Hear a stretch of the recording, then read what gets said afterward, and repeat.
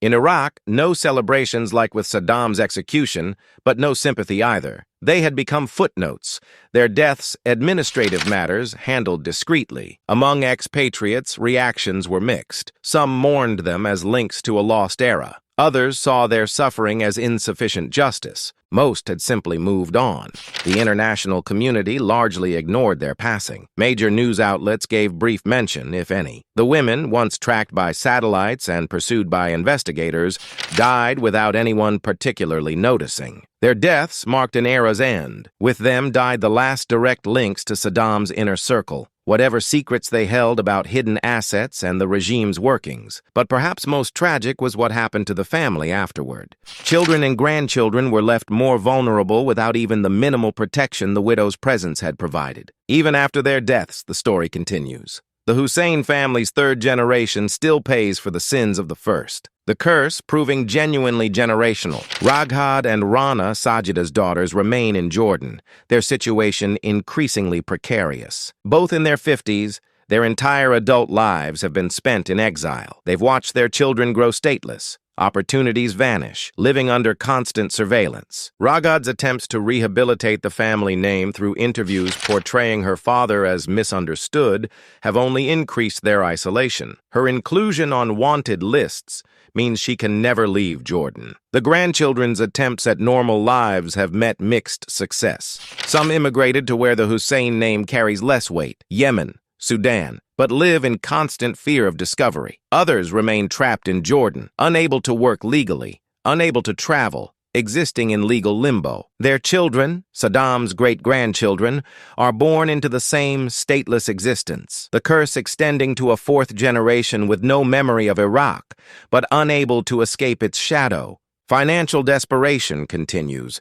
Whatever hidden wealth Saddam accumulated has been seized or remains effectively lost. The family survives on charity from remaining sympathizers and informal work. International human rights organizations occasionally raise concerns about stateless children punished for crimes they didn't commit. But Iraqi and Jordanian authorities dismiss these, arguing the family isn't actively persecuted, merely denied privileges. Psychological studies reveal deep trauma across generations, PTSD in adults, inherited trauma in children who've never known stability or safety. Several family members attempted selling memoirs, but publishers remain wary. The few published met anger from victims and reinforced isolation. The Iraqi government shows no signs of softening. As long as politicians gain votes by being tough on the Hussein family, as long as victims demand justice, the descendants remain pariahs. Meanwhile, Sajida and Samira's graves remain unmarked, unvisited.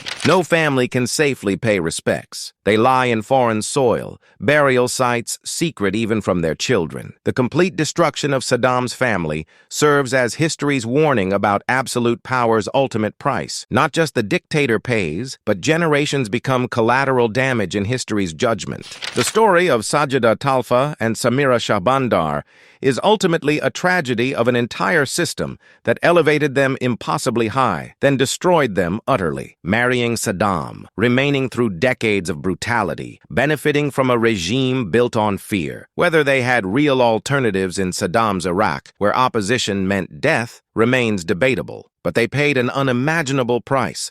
They lost everything: wealth, status, country, freedom, and finally, their lives in lonely exile. They watched their children suffer. Grandchildren grow up stateless. They died far from home, graves unmarked, stories untold, except as footnotes to their husband's monstrous legacy. Their case raises uncomfortable questions about collective punishment and inherited guilt. While Sajida and Samira's complicity in Saddam's regime may warrant little sympathy, what about grandchildren born in exile who never knew Iraq, never benefited from Saddam's rule, but carry his curse? Where does accountability end and collective punishment begin? The story serves as a stark warning about power's impermanence. Palaces where they lived are destroyed or repurposed, wealth seized or lost, fear they commanded transformed into fear they lived with daily. For those under current dictatorships, the Hussein wives' fate previews potential futures. Luxuries, protection, wealth accumulated through corruption can vanish overnight when regimes fall. The deaths of Sajida and Samira marked the effective end of the Hussein dynasty. Descendants survive as shadows, their name a burden, not a blessing. The family that ruled Iraq with an iron fist has scattered, their story a testament to tyranny's ultimate futility. Both women died as they lived their final years, quietly, secretly,